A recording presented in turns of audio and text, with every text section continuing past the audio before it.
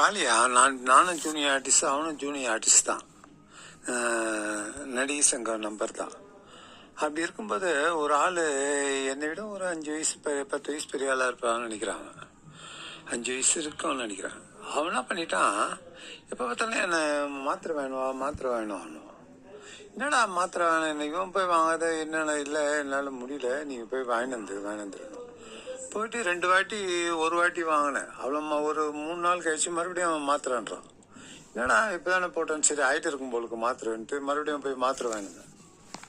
இப்படியே மாத்திரை வேணே 3ஆவது வாட்டி மாத்திரை என்ன மாத்திரை இருந்தான்ட்டு மெடிக்கல் ஷாப்பில் கேட்டால் அவன் மெடிக்கல் ஷாப்பு அவன் சொன்னான், இந்த மாத்திரை நீ தானே பயன்படுத்துகிற அந்த மாத்திரை. இல்லையா நான் பயன்படுத்தலை, வேற ஒருத்தன் வேணாம் சொன்னான், அதனால மாத்திரை வேணும் தான். அவன் நான் போலீஸ்கார் மாரி இருக்கிறேன்னு சொல்கிறான். நீ போனீங்கன்னா கொடுத்துருவான், அதனால அவன் என்னையும் அனுப்புகிறான். நான் எல்லாம் அன்பாக பேசுவேன் எல்லாங்களையும், அதனால கைண்டாக நகைச்சுவையாக பேசுவேன். அதனால ஓ சரி நான் அபிமானலாம் பண்ணிட்டான். இவனா பண்ணுவான், லேடிஸ்லாம் இருக்காங்களே நடிக்க வராங்களே, லேடிஸ்லாம் வராங்க, நிறைய பேர் தான் வருவாங்க லேடிஸ்னால. அவங்களாம் பேசுவான், இப்போ லேட்டிங்களாண்டி பேசுவான். நான் அவன் பக்கத்தில் தானே இருக்கிறேன், விட்டு கேட்பேன், என்னடான்னா என் மனைவிக்கு வந்து ஆஸ்மா பேஷண்ட்டு, அவள் சரியாக எனக்கு ஈடு கொடுக்க மாட்டா. இங்கே தான் சிக்கன் மட்டன் எல்லாம் போடுறாங்களே, நடக்கிறது பறக்கிறதுலாம், இதெல்லாம் சாப்பிட்டா என்னால் ஒன்றும் பண்ணி முடியல, ஈட் ஆகிடுது, அவளுக்கு மூச்சு வாங்குது அப்படின்னா. அந்த அம்மா அப்பா அவங்க நல்லா ஆரோக்கியமாக தான் இருக்காங்க. இவன் இது மாதிரி கரெக்ட் பண்ணதுக்கோசம் அவங்க மேலே பை போட்டு இப்படி பண்ணுறான். அப்புறம் நான் போயிட்டா பிக்கப் பண்ணி இப்போ வண்டியிலே பைக்கில் ஏற்றின்னு போயிடுவான். என்னெல்லாம் கூட ஏற்ற மாட்டான். ஓ நீ எனக்கு வேலை இருக்குதுங்க பக்கத்தில் ஒரு வேலை இருக்குதுங்க. அப்பெல்லாம் பார்த்தா என்னடா வேலை இருக்குன்னு பார்த்தா பின்னாடி லேடிஸு இவங்கள ஃபிகரை உட்கார வச்சுக்கின்னு இட்டுன்னு போயிடுறான். இட்டுன்னு போயிட்டு செடி கொடி இருக்குதா அங்கேயே ஸ்டார்ட் பண்ணிடுறான். ஸ்டார்ட் பண்ணி ஒன்று பேசும், ஒன்று போடும், நின்று பேசும், அந்த மாத்திரை இல்லாமல் போட்டுட்டு.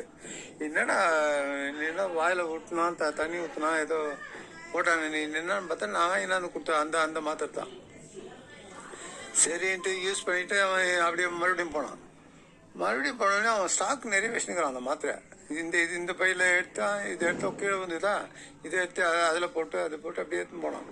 அப்புறமா என்ன பண்ணிட்டு அந்த லேடி எடுத்துன்னு போயிட்டு பிக்கப் பண்ணி எங்கே விடணுமோ அவங்க விட்டுட்டான்.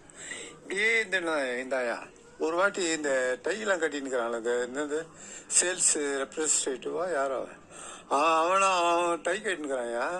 அவனான்னு போய் பேசி இந்த கிரீம் இருக்குல்ல, ஆண்கொழில் தர கிரீம், அந்த கிரீமை கேட்டு வாங்கிட்டானே.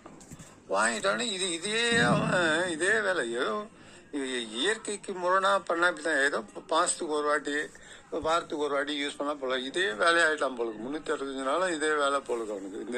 இந்த மாத்திரையும் கிரீமும் இருக்கிறதுனால அவனுக்கு ரொம்ப தைரியம் வந்துச்சு போலுக்கு. அவனுக்கு என்ன போகுதுன்னா லாஸ்ட்ல ஆளு செத்துட்டான் போட்டு. இது கிருமியும் இதுவும் போட்டு ஆளு ஹார்ட் அட்டாக் வந்து அவன் இறந்துட்டான். ஏன்னா இயற்கைக்கு அதுவே 2 செகண்ட் 3 செகண்டு அதுக்குள்ள விந்து இதாயிடுது வந்துடுது. அது இயற்கை